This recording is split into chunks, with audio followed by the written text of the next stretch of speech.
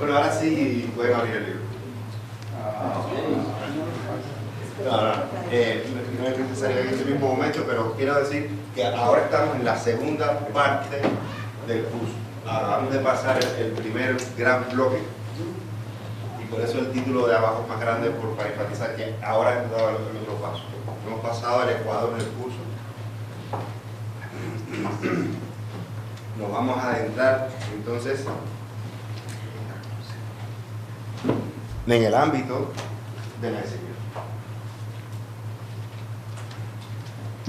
Hablando con rigor, en el ámbito del proceso de enseñanza y aprendizaje.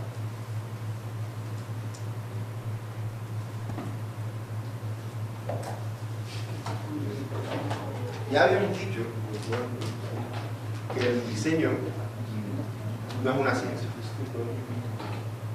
Hay que aspirar a que lo sea. Es suficientemente serio el campo del diseño como para constituir una disciplina del conocimiento humano con sus propias con su propia estructura, con su propia teoría, pero no tiene que aspirar a ser una ciencia. Sin embargo, la enseñanza del diseño sí es una ciencia. Primero que todo, la enseñanza del diseño tiene que tener pedagogía, tiene que tener didáctica. Y la pedagogía y la didáctica pertenecen a las ciencias sociales. Tienen leyes, tienen categorías, hay un cuerpo teórico comprobado en el tiempo, por lo tanto hay un sostén.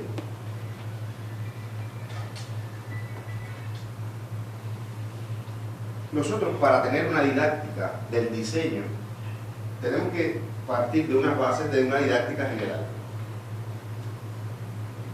Sin embargo, con la didáctica general solamente no se puede instrumentar una enseñanza específica de diseño, porque la didáctica general es general. Y el diseño tiene particularidades para su aprendizaje, lo cual demanda una didáctica específica. Así como hay una didáctica para las matemáticas, hay una didáctica para la música, una didáctica para la natación, pues el diseño exige su didáctica. Ahora, esto es completamente nuevo, pero nuevo. Y ya vamos a ver que si intentamos buscar referentes de didáctica para el diseño, nos costará trabajo encontrar. Nos costará trabajo encontrar una experiencia sistematizada de enseñanza del diseño. Recuerden que cuando estoy hablando del diseño está incluido todo el diseño gráfico, industrial, urbanístico, paisajístico, arquitectónico, de interior, movilidad, moda, vestuario.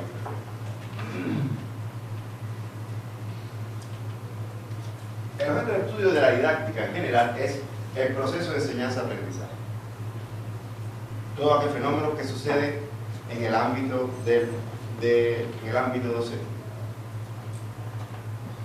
Por otra parte, el modo de actuación esencial del diseñador es el proceso proyectual. Por lo tanto, una didáctica específica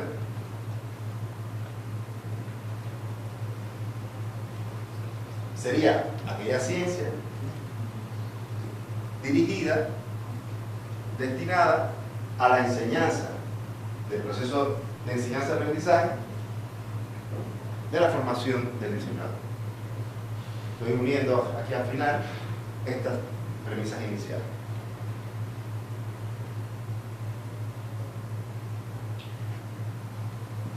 La instrumentación más importante para entender cómo funciona esta teoría de la enseñanza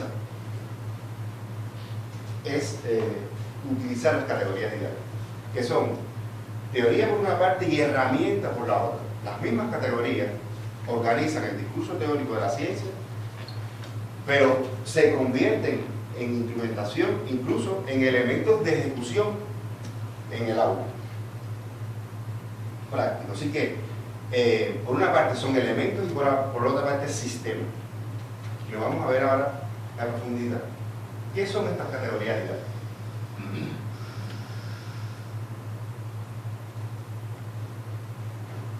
Esto es lo que acabo de comentar. Es un cuerpo teórico que permite planificar la actividad docente, llevarla a cabo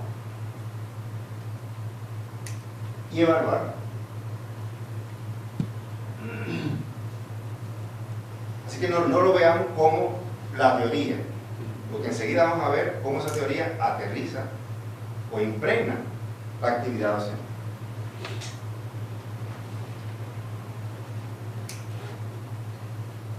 La primera gran categoría didáctica es objetivo. Después está contenidos. Contenidos saben que se desdoblan en conocimientos, habilidades, actitudes y valores. Clásicamente, de una manera un tanto escolástica, antes se trabajaba solamente en la parte de contenido, solamente con los conocimientos. Hasta que también con un gran empuje desde la psicología, desde el aprendizaje, se pasó al saber hacer. Se incorporó como algo también del contenido. Y después al saber estar, que son actitudes y valores. La tercera categoría didáctica es método, en el cual están las formas de enseñanza,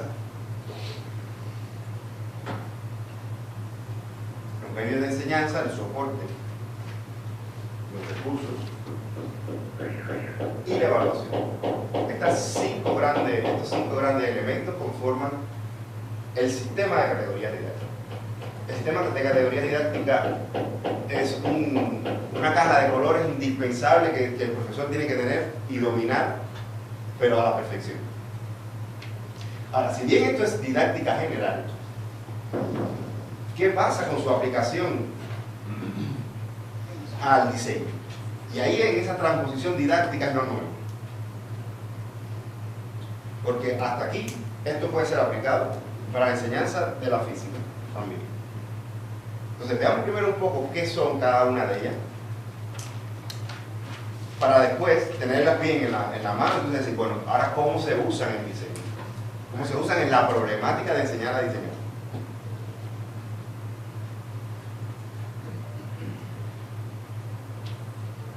Lo primero que habría que ver es que las categorías didácticas no son elementos que solamente están en el aula.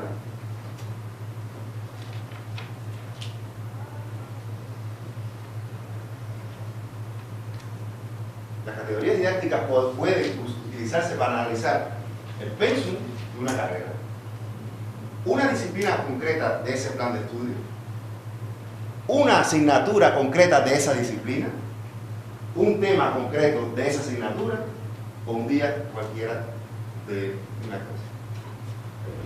Y esta gradualidad nos indica la magnitud de estos elementos. O sea, puede analizarse objetivos a nivel de carrera y objetivos del día de hoy. Y en la misma categoría, lo único que en niveles, en distintos niveles. Y esto es muy importante porque uno tiene objetivos de su asignatura, a su vez hay objetivos de la disciplina y objetivos de la carrera. Idealmente, por supuesto, entonces deberían estar íntimamente relacionados y el profesor conocer cómo los objetivos del día de hoy tienen que ver con un tema que tiene que estar en su asignatura, que está en una disciplina y que está en el plan de estudio. Y como lo que estamos haciendo hoy, al final, en algún momento, aporta a la totalidad. Eso es ideal.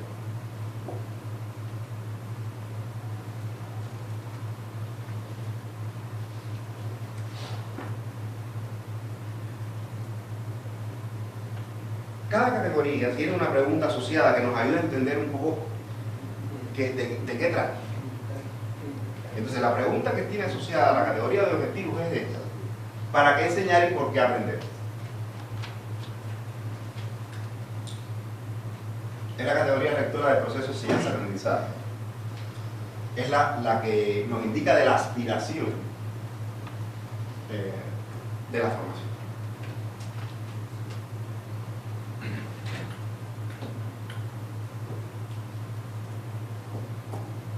Es el propósito que perseguimos de aprendizaje.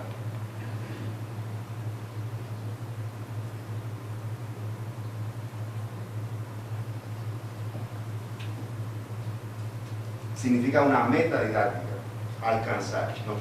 Nos proponemos unos objetivos para alcanzar una meta o unas metas.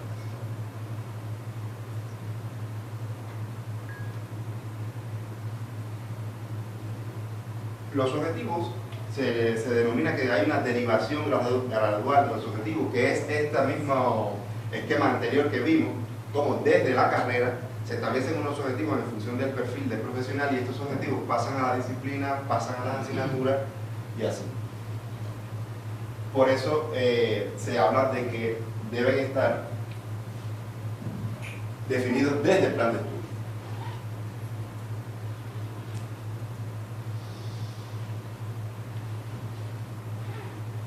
Por eso entonces, al revés ahora, analizándolo de abajo para arriba, cada asignatura contribuye de alguna manera al plan de estudio cuando cumple con esos objetivos.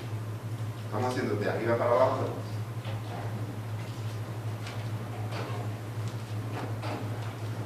Los objetivos siempre son pocos para que sean alcanzables, pero tienen que ser esenciales, tanto un día de una clase como una asignatura como el plan de estudio.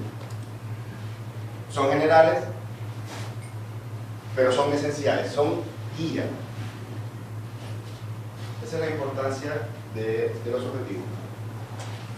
Y se enuncian en función de lo que debe ser capaz de lograr el estudiante en términos de aprendizaje al cabo de un tiempo. Y eso es importante. Lo que es la aspiración a lograr en términos de aprendizaje al cabo de un tiempo. No puede ser, no se puede proponer un objetivo eternamente, porque si no, no es una meta. Y hay que definir qué es lo que se quiere alcanzar, y eso es el aprendizaje. Casi siempre hay un verbo en la definición del objetivo que está asociado a una habilidad, y ya lo veremos. De todas maneras, vamos a volver a esto extensamente. Por ejemplo, hoy toda la mañana será objetivo, la tarde será contenido, la mañana de mañana serán métodos y medios, y la tarde evaluación. O sea que vamos a dedicar toda una sesión a cada categoría. No, así todo es un barniz, pero vale la pena este primer barniz. La segunda pregunta asociada a la categoría, la otra pregunta asociada a su categoría, en el caso del contenido, es ¿qué se enseña? Y por lo tanto, siempre hay que decir ¿y qué se aprende? Recuerden que el proceso de enseñanza-aprendizaje es un diálogo. Lo único que es, ¿quién soy yo, estudiante? ¿Qué aprendo? ¿Quién soy yo, profesor? ¿Qué enseño? Es lo mismo, es como decir, una moneda tiene dos caras, pero es la misma moneda. Entonces, ¿qué enseñar? Aquí está lo que hay que enseñar. Vamos a ver, este es el qué, que contribuimos muy concienzudamente en estos dos videos. Y repito, ¿por qué le hemos dedicado que este sea el qué? Porque si bien la competencia esencial de un diseñador es proyectar el gran qué de este mundo, es ese. De aquí intervienen a las asignaturas propiamente de proyecto, de diseño, pero de aquí también las asignaturas como materiales, tecnología, estructura, historia, representación, necesitan de proyecto, o proyecto necesita de ellas para aplicar Así que el proyecto, la competencia de proyectar, es un núcleo que no solo es para él mismo, sino que necesita saber de otras asignaturas, de un qué que está en otras asignaturas, para traerlo para proyectos. Por eso le hemos dedicado que nuestro qué sea esto, el contenido.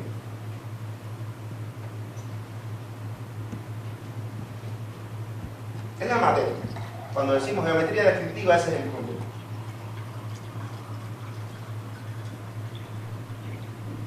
Que se desdobla en conocimientos, habilidades, actitudes y valores. Este es el saber clásico, el saber que se escribe, el saber que se debe entender, que se debe reflexionar, que se puede expresar en conceptos, leyes, teorías, datos. Pero a su vez, y en nuestras carreras es importantísimo, yo diría más que primero, es el saber hacer. Y no es arriesgado decir que más que el primero. No es arriesgado, porque la teoría en nuestras profesiones está académica. El saber hacer lleva implicado un saber. Y un diseñador, cuando actúa porque sabe, porque también tiene una teoría. Por ejemplo, en la teoría, en los talleres de proyectos, uno puede dar un día una conferencia, pero después, cuando está proyectando, está usando teoría, pero está haciendo una habilidad en ese momento en que está proyectando. Está haciendo unas actividades. Por eso era la insistencia tan grande en que aquí estuvieran las actividades en cada fase, porque esa es la habilidad sobre la cual hay que trabajar. Y entonces es a la que hay que descubrir qué conocimientos necesita esa habilidad para que se pueda desempeñar.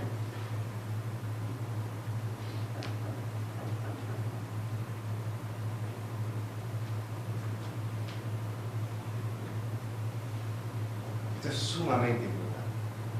En nuestro campo, en el diseño, el saber hacer es la manifestación del saber, porque es conocimiento en acción.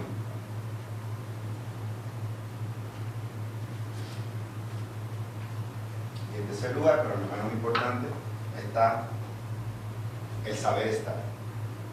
El saber estar no solo como individuo, como ser humano, que son las actitudes y los valores más generales, que eso sí, no son solamente atributos del diseño, pero hay un saber estar de la profesión.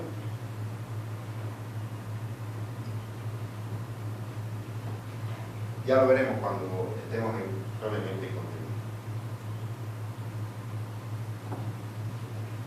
Pero esto muchas veces queda como que, bueno, hay que cumplir con esto, porque el Ministerio de Educación dice que tiene que estar, ¿no? Y después en el aula nos damos cuenta de un montón de incidencias que pudiéramos aprovechar para insistir o para incidir en la formación de actitudes y valores. Sobre todo, porque ese filtro de valores que va formando el estudiante muchas veces contribuye a la interpretación de la propia asignatura, a la actitud del estudiante en el aprendizaje de esa propia asignatura o de la carrera completa, de la disciplina en cuestión. O sea que es deseable que el profesor dedique tiempo en la formación de valor, porque es posible que ese fortalecimiento se revierta en un interés del estudiante más hacia el aprendizaje.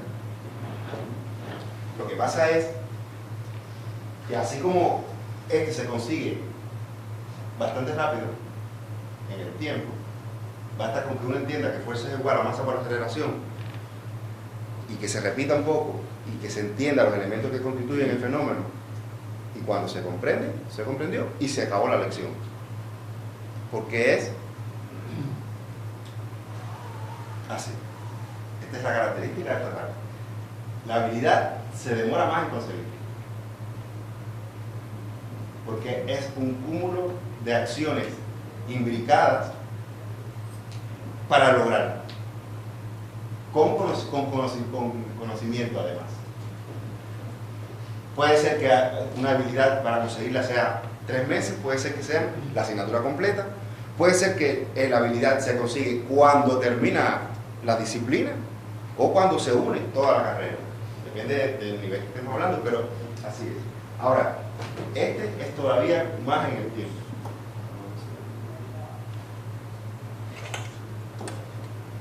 Pero no hay que desanimarse, hay que insistir en los actividades.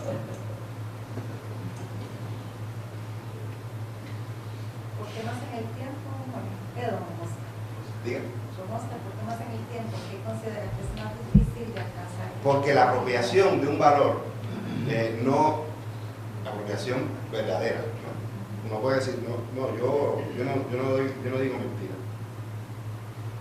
Ya. El ejercicio de profesión, estamos hablando de valores profesionales, pero de todas maneras no es como yo no digo mentira, bueno, sí, ya ahí mismo, ¿no?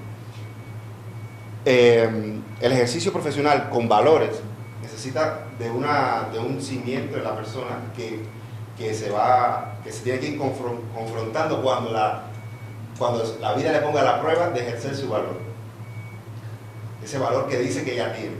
Entonces no es la apropiación, así como la apropiación de la habilidad de la mano alzada, después que se practica y se practica se consigue. Una cosa es leer el valor y decir, ya lo entendí, ya entendí cuál es la ética en este caso, ya entendí en qué consiste el trabajo en equipo, ya entendí qué es la flexibilidad, escuchar a los demás, compartir el documento que conseguí porque tengo un amigo en la alcaldía con los demás. Ya lo entendí, pero cuando lo conseguí, lo compartí. Que es el momento de aplicar lo que sabes. Entonces, esto se demora más en el tiempo. Y a lo mejor la persona se tiene que ver confrontada 3 o 4 veces con la situación para decir, lo sé, pero no lo hago. La experiencia tiene que ver con la cultura, tiene que ver con la personalidad. Es la apropiación del contenido más complicado. Y por eso la pretensión de aprendizaje es más en el tiempo.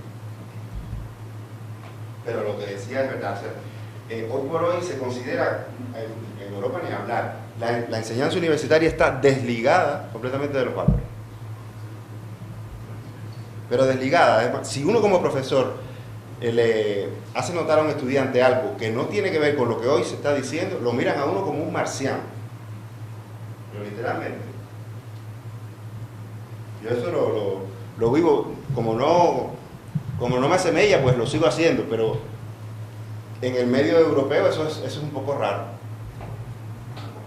Como por ejemplo, yo veo que un día estoy dando unas notas y un estudiante sacó un papel estrujadísimo, chiquito, así que parecía el recibo de una compra, y empezó a apuntar sus calificaciones ahí. Entonces le digo, tú apuntas las calificaciones que yo estoy dando en ese papel. Eso es un indicador de la importancia que tiene para ti la calificación. Ese papel se te puede perder. Ese papel está a punto de hacer así y botarlo. Y dice, profesor, usted no me tiene que decir dónde yo tengo que apuntar. Y yo sí te tengo que decir, porque no solamente estoy aquí para que aprendas a hacer maquetas. Se quedan así como diciendo, ¿y este de dónde salió?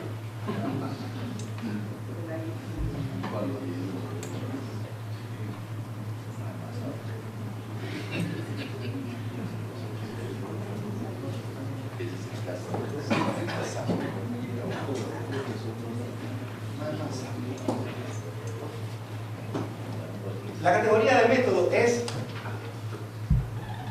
la que tiene la manifestación evidente de lo que está pasando. Si ahora detenemos esa cámara, o si podemos ver un fragmento de lo que está pasando, lo que estamos viendo en la película es método. Un profesor, una persona que está adelante, gesticulando, hace rato es el único que está hablando, los demás están atendiendo, pero desde una parte más receptiva. Este es lo que entendemos por clase. Si solamente vemos ese fragmento de la película, esta gente se pasaron 4 días, ese hombre siguió hablando los 4 días, los demás estaban así. Bueno, pero si vemos otra parte de la película, podemos ver la riqueza de lo que estaba pasando ahí por la tarde. Como incluso el mobiliario era otro. El que dirigía la actividad no siempre estaba adelante. De repente había mucha gente adelante, o de repente había uno solo, pero esa persona cambiaba. Explicaba algo después. Aquí había gente sentada que preguntaban, intervenían. A veces el protagonismo estaba en el público. No en ningún caso, sino las pancartas dialogaban con el público. Eso que se ve es el método. A su vez, es la categoría más dinámica. Es la categoría que demuestra, por ejemplo, la improvisación. Factor con el cual el profesor tiene que saber lidiar constantemente. Es jazz. Puede haber una partitura, pero a partir de ahí todas las improvisaciones forman parte de la pieza. Basta con que un estudiante llegue un poquito después y estaba pensado para tener equipos de 6 y ahora hay un equipo de 6. ¿Qué hacemos? Le he pedido a una profesora que prepare una cosa para mañana, y si ella de repente mañana no viene, ese es método. Eso es método. Entonces, ¿qué hacer? ¿Cómo sustituir? ¿Quién interviene? Lo pongo de mi experiencia. En ese mismo momento le pido a otro que sea él. Ese es el dinamismo del método. El método se planifica, el método le podría enseñar, por ejemplo, cómo preparado el curso, y lo que se ve así, a simple vista, es método. Lo único que he puesto en papel, por ejemplo, esto es un día cualquiera de estos que hemos dicho. Este es ayer en la mañana, que pasamos por todas las mesas. Aquí está cada día. Este es hoy, con la estrella de la categoría. Entonces, aquí es como el guión de la obra de arte. Y esto es, de alguna manera hay que planificarlo, pero uno tiene que saber que esa planificación es flexible, porque se modificará seguro. Ojalá que no tanto, pero se modificará. Sí. Cuando se planea la clase y sucede un emergente y el profesor abre su computadora, instala inmediatamente, digamos, algo que él cree que en ese momento es pertinente, porque explica. Lo digo porque puede ser un medio digital, explica algo que está sucediendo en ese momento, que no estaba en el plan, pero que, digamos, es pertinente por la experiencia del profesor de enseñar. Sí. Eso sería parte del emergente de ese método. Sí. Ajá. Pero ¿qué pasa si el estudiante piensa que es que el profesor no tiene y por eso preparado? Bueno. Porque eso se da mucho en la apreciación del estudiante cuando eso sucede. Bueno. Piensa el estudiante que el profesor está improvisando. Una cosa es que uno no haya podido afinar la planificación, hasta lo último, que haya tenido presente cosas y que en el momento definitivo no ha podido incluir, y de repente se acuerda que tenía un ejemplo preparado y lo pone a colación, no hay ningún problema. Por ejemplo, yo tenía que haber pedido a los voluntarios de hoy, lo tenía que haber hecho ayer. Y lo tengo apuntado ayer. Pero por alguna razón en la mañana, por la dinámica de la mañana del día de ayer, después me acordé que por la tarde tengo que decirlo. Y se cogió a pasar. Entonces, lo tengo puesto, así, además lo escribo así como una cosa para llamar la atención. Importante pedirlo a los voluntarios porque por lo menos que tengan un día para prepararse. Se me pasó. Entonces, lo importante es tener la planificación, lo ideal es escrita, como pensada, como si fuera obra de teatro. Cuando lo digo así, lo digo con toda intención. O sea, ¿quiénes entran primero? ¿Cuánto se demora? Un estimado. Esta actividad va a demorar tanto. Después, pasar el libro, las pancartas, hay que dedicarle un tiempo. La exposición de las pancartas lleva un tiempo. ¿Cuánto se le va a dedicar a cada equipo? Bien, termina el ejercicio 1, empezamos con el 2. Mientras eso se hace mejor, la posibilidad de improvisación es menor. No tiene nada, no tiene ningún pecado. Es decir, me he recordado ahora de un ejemplo que ilustra, y eso enriquece, y es deseable. Eso no, lo que tiene que quedar claro es que el resto de la clase está perfectamente planificado.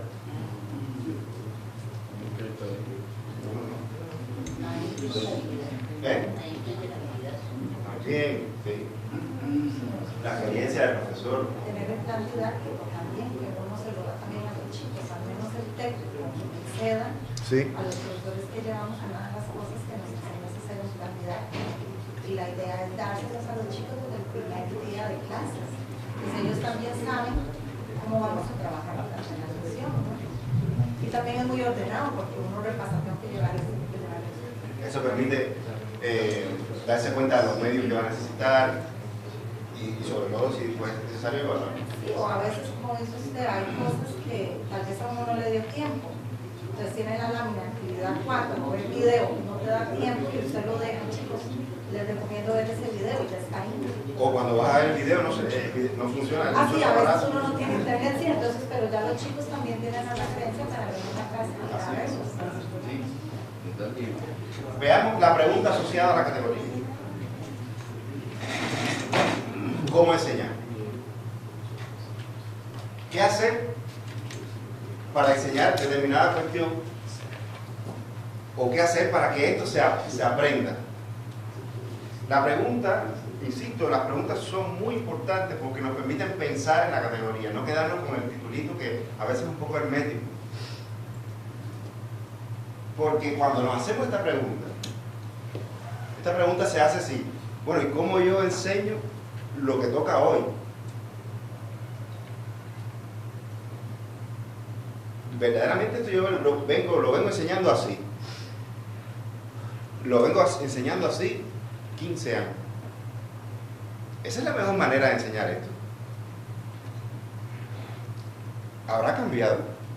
¿Se podrá enseñar de una mejor manera? Y el profesional, el profesor, sabe en qué momento del contenido está la dificultad de aprendizaje. Y en función de eso se diseña el método. Sabe que no todo el aprendizaje tiene la misma complejidad. A muchos grupos, cuando estaban ayer aquí, les dije: sepan que están en el momento más difícil.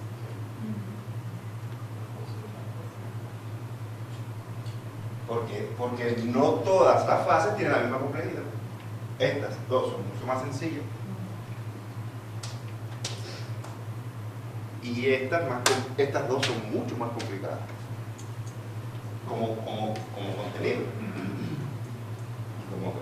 y como método, ni hablar. Así que el método es la evidencia de lo que está pasando.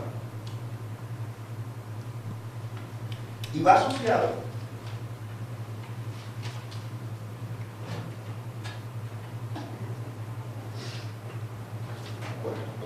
es una manifestación de la actividad.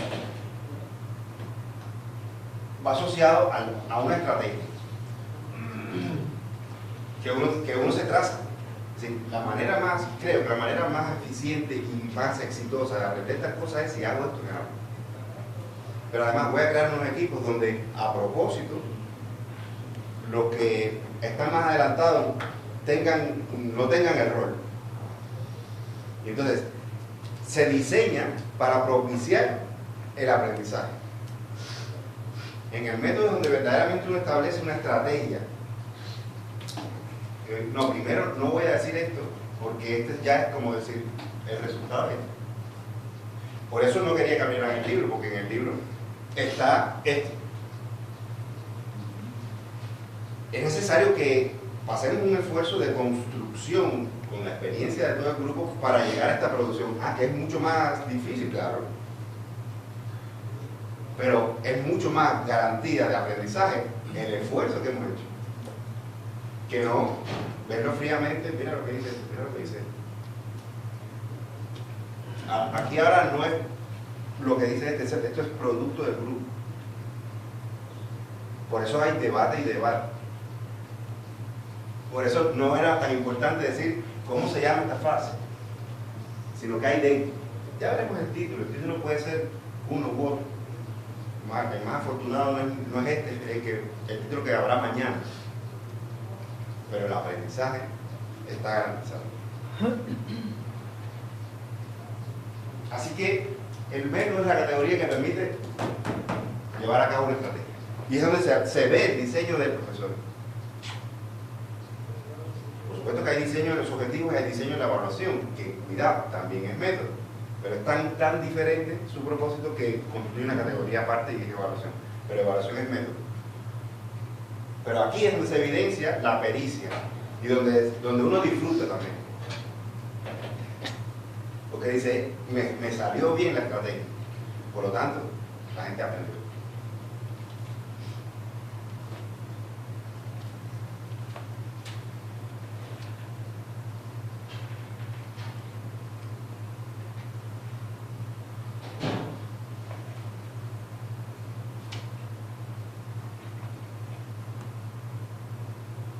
Entonces, como soporte de esa manifestación externa está la forma de enseñanza. La forma de enseñanza puede ser, como estamos ahora mismo, es una conferencia, el modo clásico, es una forma de enseñanza. Pero hemos visto que dentro de un mismo día, el aula y la clase adoptan una forma que es como seminario, un momento que es puro taller. Esas son formas de enseñanza. El laboratorio es una forma de enseñanza, el taller, el seminario, y así podría haber los paneles, la visita, son formas de enseñanza que cada una tiene su método y cada una tiene su manifestación externa. Lo cual nos empieza a decir que el mobiliario es un recurso. Y por eso empezamos con una forma del ser muy protocolar, y no la hemos usado más, ni la vamos a usar. De hecho, si las mesas hubieran sido más pequeñas y no se hubieran armado mucho alboroto, al principio es mejor las sillas solas en un círculo, donde la persona que va a dirigir la actividad también está en el círculo, o sea que no está en el podio.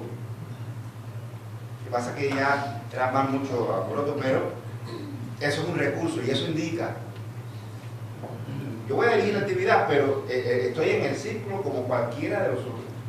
Y me tengo que presentar como cualquiera de los otros. Y me voy a equivocar como cualquiera de los otros y voy a aprender mucho de ustedes, ¿no? Y eso lo dice el mobiliario. Lo dice el ordenamiento como forma de enseñanza.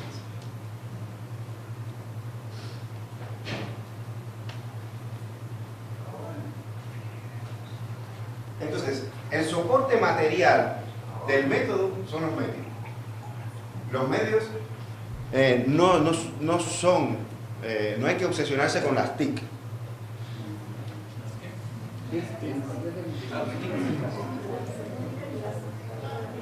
Sí, con ese nuevo discurso de que este soporte, las pizarras digitales y toda esa historia, que está muy bien, pero miren cuál ha sido nuestro medio fundamental. Que está más cerca de la tablilla uniforme que esta cosa, y es eficiente. Entonces, no hay que obsesionarse por supuesto que es de gran ayuda, y ahora mismo podemos hacer un ejemplo y buscamos en internet y podemos consultar una palabra rápidamente que quiere decir hallazgo, porque en internet el diccionario está aquí mismo, en la nube y todo eso. Pero el soporte, el profesor no debe abandonar que la tecnología, el libro es tecnología y el lápiz también. Y la pizarra también. Y lo otro muy importante es quién produce el medio de enseñanza. Que el estudiante sepa que él también produce un medio de enseñanza, pero que el profesor también lo produce. Ninguno de los dos debe recostarse a que el otro es el que trae el medio de enseñanza. Ya vamos a ver qué pasa en nuestro campo con esto, cuando nos toque profundizar en el método de medio. La pregunta asociada es: ¿cuál es el soporte que permite ayudar al método?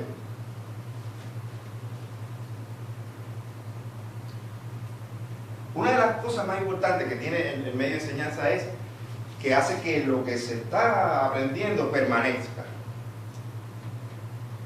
De ayer para hoy podemos seguir viendo eso ahí, ¿sí? Y como no somos capaces de retenerlo todo en la memoria, no hay ningún problema, lo consultamos de nuevo y mañana lo vamos a seguir consultando. O sea que esa permanencia en el tiempo es una de las virtudes del medio, y por eso el símil con la esculpido en piedra está bien, porque es eso, es solidificar ahí un rato más la presencia de lo que estamos tratando. Por eso es importante un esquema para echarle mano y volver a mirar y descubrir cosas nuevas, porque cuando el aprendizaje no es inmediato, hay que volver a mirar y uno dice: ah, mira, que no me había dado cuenta que cada flecha va a la primera y a la más lejana. Ayer no vi eso. Ah, no me di cuenta tampoco que los círculos estaban hechos en discontinuo, excepto el central. Eso es aprendizaje, y el aprendizaje no es inmediato. Como es nuevo, hay que asimilarlo. El aprendizaje se parece más a llenar un vaso que a grabar una información en un pendrive.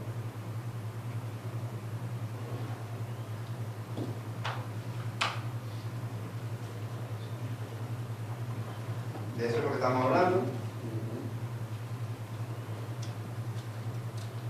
De hacer tangible algo, porque ahora podemos volver aquí y decir: mira cómo era nuestra idea cuando llegamos. Efectivamente hay un riesgo, ¿verdad?, con los medios. Se ve mucho en los procesos de talleres de diseño, cuando un estudiante en un proceso preliminar llega con renders y con varias etapas posteriores y se salta todo un proceso de construcción, de elaboración, y quiere llegar rápidamente a ese punto a través de sus medios. Entonces, es importante para el docente, pero también para el estudiante, ¿verdad?, saber en qué momento utilizar los medios y de qué forma. Muy bien, eso es un apunte muy bueno. Miren, por eso esto, aunque el discurso representacional no es proceso proyectual, con toda intención lo puse aquí porque nos vamos a usar esto ahora en la parte didáctica, y hacía falta que estuviera expuesto los medios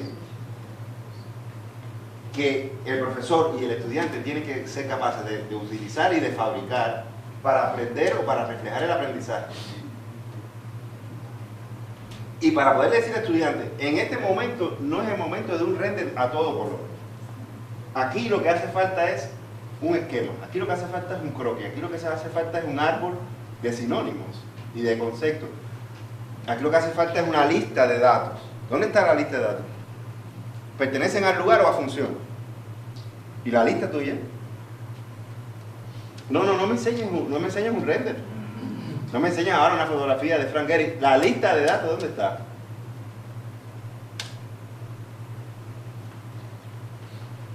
Porque el profesor tiene que saber, y el estudiante tiene que saber, qué herramienta es el idóneo para ese día. a veces es muy evidente, a veces es natural y a veces hay que forzarlo, hay que decir, no, es que esto fue lo que te pidió. Lo que pasa es que después hay que demostrar por qué se pidió. Porque si no pasa también lo contrario, que nos estamos adelantando a mañana, pero insistimos en que todo el mundo venga con su maqueta y después cuando todo el mundo viene con la maqueta, las maquetas se quedan ahí y se da la clase y no se usaron las maquetas. Problema muy mal. Porque ¿para qué era? Era un tributo a Dios. Claro, ¿no? Parece un diezmo, ¿no? Amón Rap pidió maquetas. Pero no sé, se está haciendo un cofre en su casa con maquetas. Claro, eso sí, yo lo he visto. Entonces, claro, entonces el estudiante dice, no, la próxima vez no traigo maqueta. Se me olvidó, me la aplastó un bus. Porque sí. Pero si la maqueta es la utilidad, es para usarla, para que cada vez que alguien exponga, la pongamos, la desarmemos, mira lo que se logró, mira qué bien, o mira esto, porque hay una contradicción aquí. Ahora vamos a ver la otra maqueta. Qué bien, primero, que esta maqueta se le quita el techo. Pero segundo, fíjense que aquí se nota una disonancia. Se ha utilizado. Además de decir, qué bueno que la hiciste. Eso es lo primero. Esta maqueta es muy cara para el momento que estamos hablando de maquetas de estudio, puede ser con cartón de caja de pizza, no te gastes ese dinero. Todo eso. Tiene valores por ahí. Bien.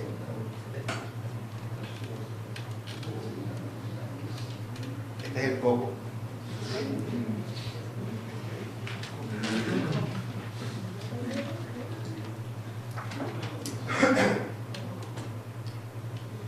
Esta es la categoría que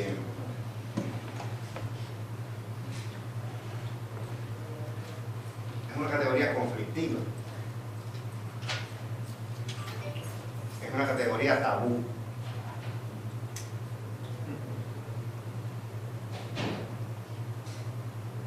Bien, la pregunta asociada a la categoría, fíjense que hace alusión a otra categoría.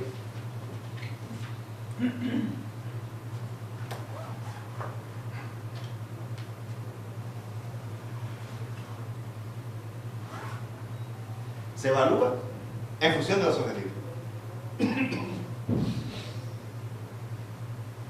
Es decir, ¿qué se ha logrado? Se ha logrado conseguir lo que nos propusimos. ¿Y dónde dice el qué nos proponíamos? En los objetivos. Por lo tanto, la manera de entender esto es esa pregunta. Si tenemos claros los objetivos, ahora podemos diseñar la evaluación en función de conseguir aquello, en función de comprobar si aquello se consiguió.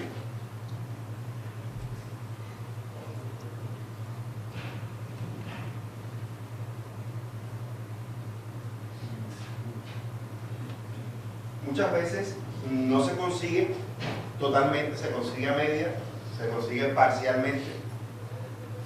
Y tenemos que entonces establecer hasta qué punto estamos nosotros, aceptamos que esa parcialidad es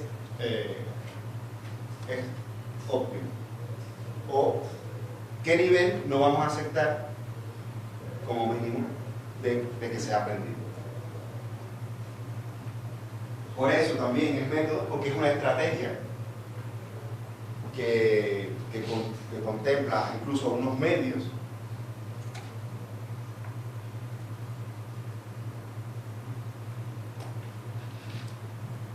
pero sobre todo valorar. La evaluación permite valorar lo que se ha alcanzado. Ahora, muy importante, la evaluación incluye la evaluación del profesor, del que está enseñando. No porque cuando da las calificaciones también él tendría que darse una calificación, que también, sino porque uno tiene que decir qué ha pasado, lo he logrado, con quién lo he logrado, cómo ha evolucionado el grupo, cómo ha evolucionado determinado estudiante, y eso para nosotros es un reflejo de decir, la próxima vez haré esto y esto y esto. En ese sentido es una evaluación como nosotros nos hacemos una crítica. Si uno está implícito, Uno está implícito. uno no está afuera. Exacto, exacto. No puede ser que yo esté aquí y después diga, Sí. el grupo. Yo no fui, Exacto. fue TTI. Exacto.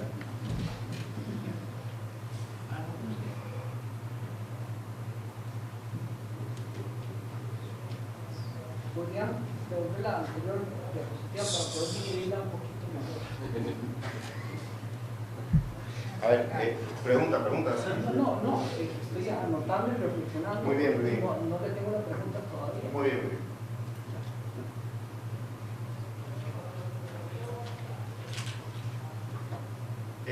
La evaluación es una categoría de estado, así como el método es una categoría de proceso. La evaluación es una categoría de estado. Permite tener una idea de lo conseguido. Es como cerrar el cronómetro, es como medir el nivel de una presa, es como tirar una fotografía, es como medir la temperatura. Pero eso tiene un peligro, que es muy fácil decir, hoy, el que no entregó a las 9 se queda. Hoy, el que no traiga esto, esta es la clave. Entonces, como es una categoría de estado, es muy posible caer en evaluar el resultado y no el proceso. Porque para evaluar el proceso hay que estar evaluando frecuentemente, pero lo que se evalúa frecuentemente siguen siendo estados. ¿Qué ocurre? Que la suma de esos estados nos da un proceso. Ya lo veremos mañana detenidamente.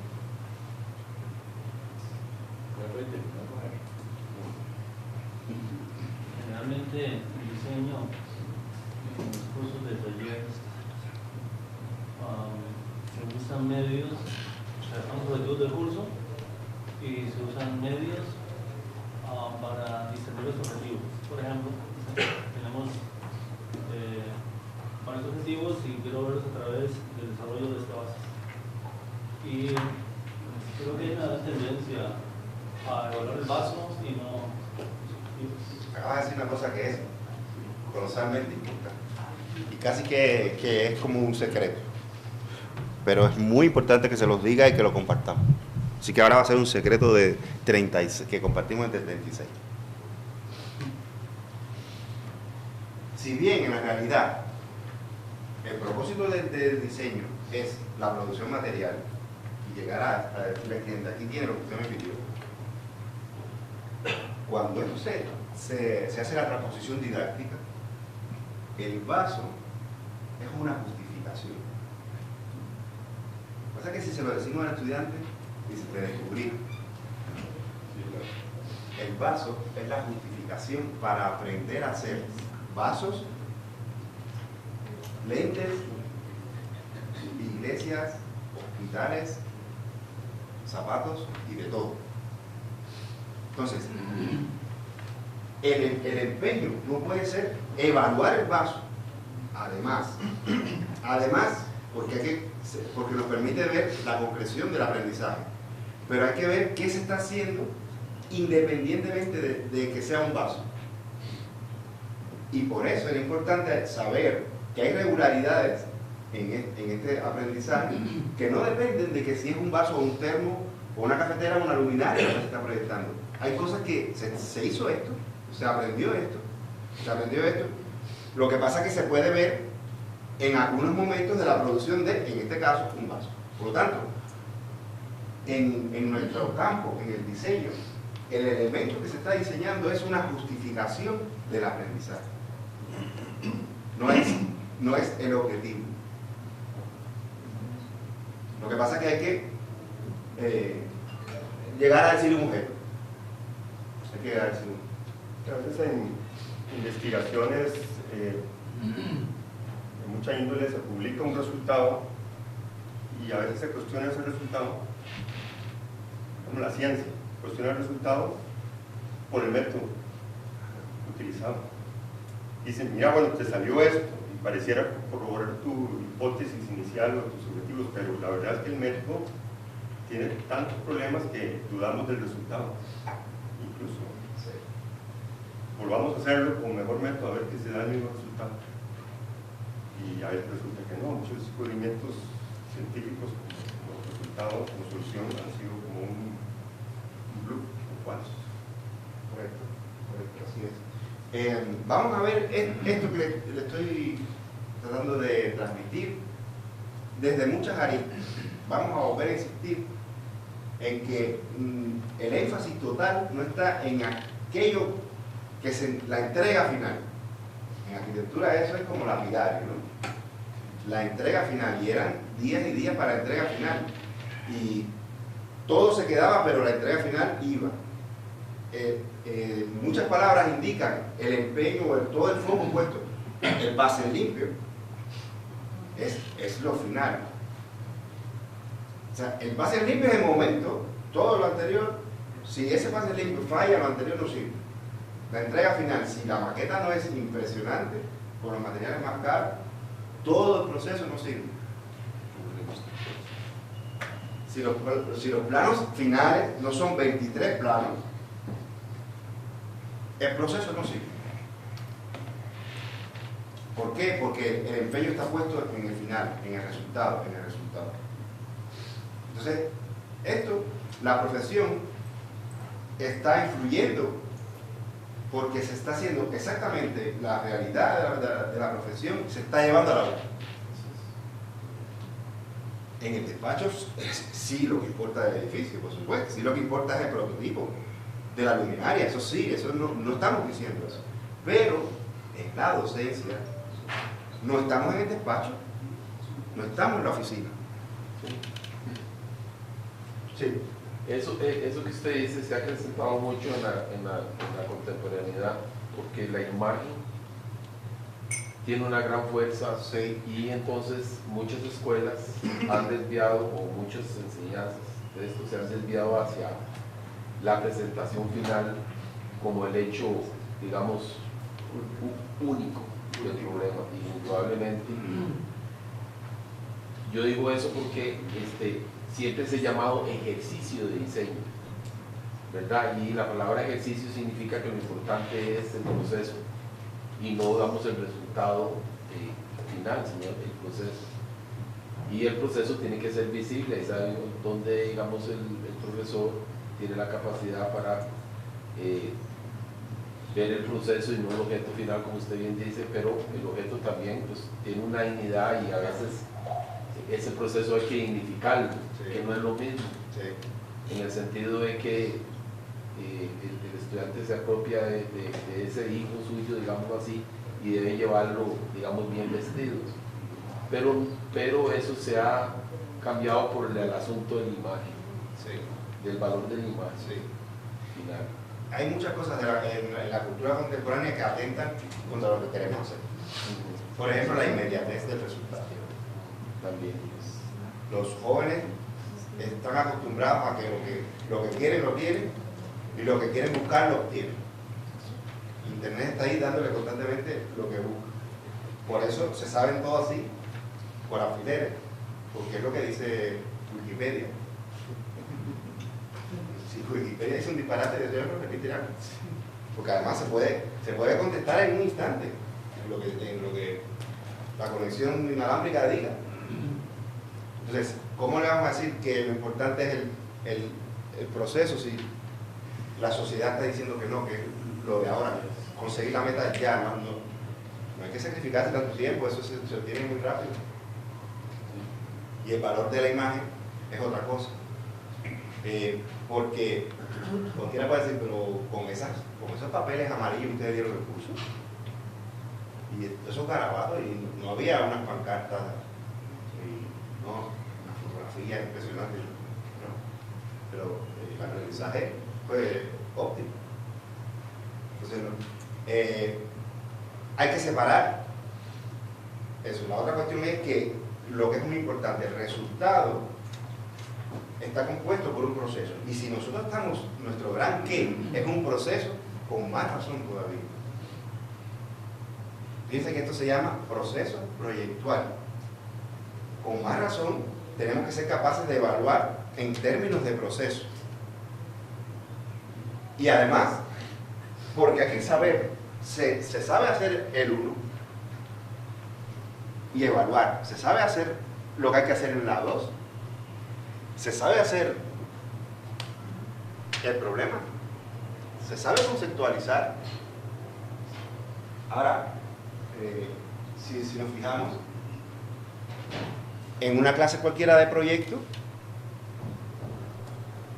lo que hacemos es decir, ¿dónde está la planta? ¿Por dónde se entra?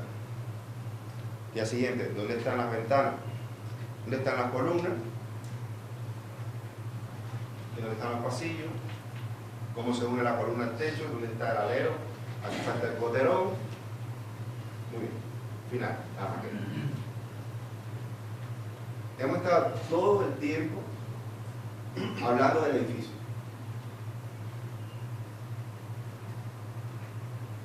El edificio es parte del qué, del contenido, pero no es lo único. Eso lo vamos a ver con mayor profundidad por la tarde.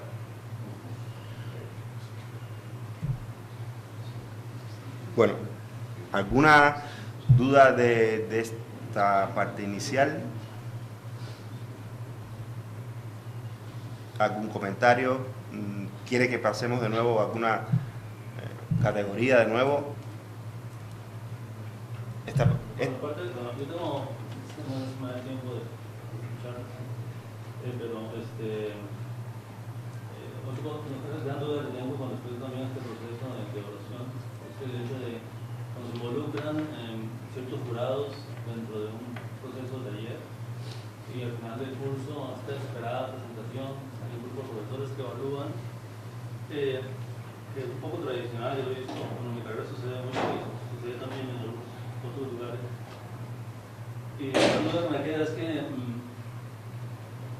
siempre he sentido que hay un divorcio entre un jurado por el hecho de que los talleres están hechos con objetivos específicos. Y un jurado me parece muy bien cuando usted llega a defender una tesis acerca de algo, pero cuando se trata de defender una serie de alcances o de objetivos, el jurado generalmente no está tan informado de eso. Y es una práctica común. Entonces, otra vez, tenemos otro mismo más que desacredita de alguna manera la verdadera evaluación o el objetivo de la evaluación. En ese caso es un acto totalmente formal. Traer un jurado para evaluar es un acto totalmente formal y es intimidatorio, ¿verdad? Para que la persona que tenga que ponerlo tenga más miedo, sencillamente. Bueno, lo que se evalúa, volvemos a lo mismo, lo que estábamos hablando, el resultado, ¿no? Nunca se ve el proceso, tal vez no hay ni tiempo. Tiene media hora para exponerlo todo y no lo conozco y tengo que dar un criterio con respecto al resultado. Eso se mejora muy fácil. Se le dice a los miembros del jurado que para ser jurado tienen que participar del proceso. Sí, para conocerlo. No hay ningún problema. ¿Usted quiere ser jurado? Sí. Pues una vez cada 15 días, estése por aquí, por favor. Solamente cada 15 días. Sí, no, claro. Otro elemento importante, yo creo que es importante compartir es durante un taller de diseño, bajo esa premisa de que es muy importante el proceso,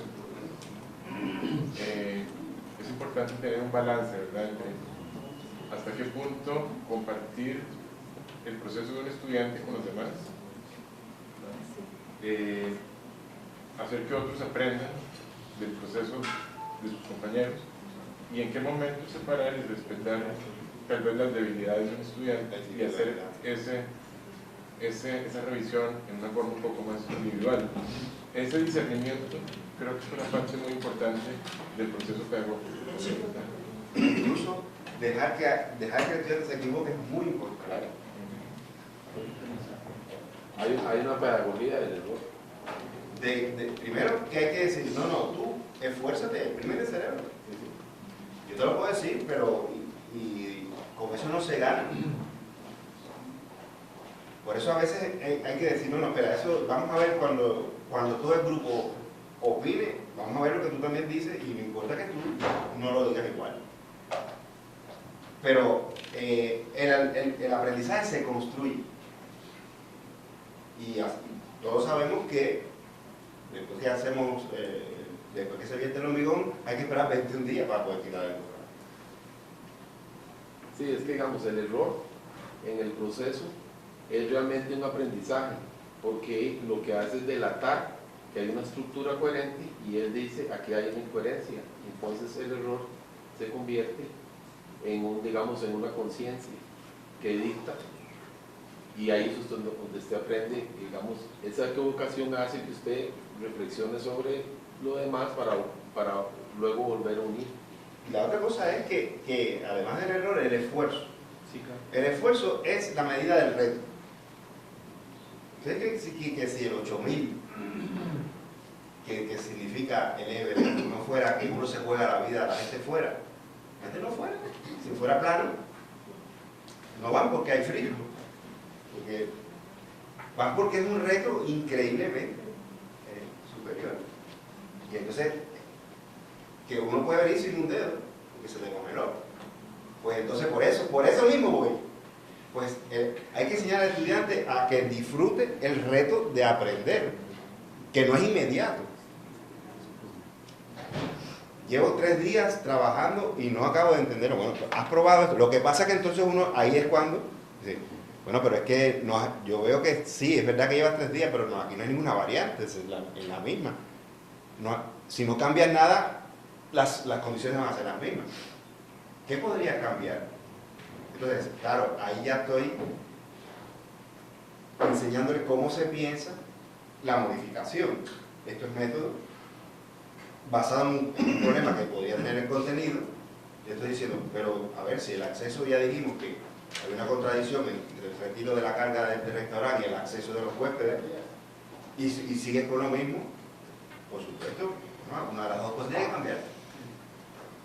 Ah, es cierto. Bueno, pues a ver.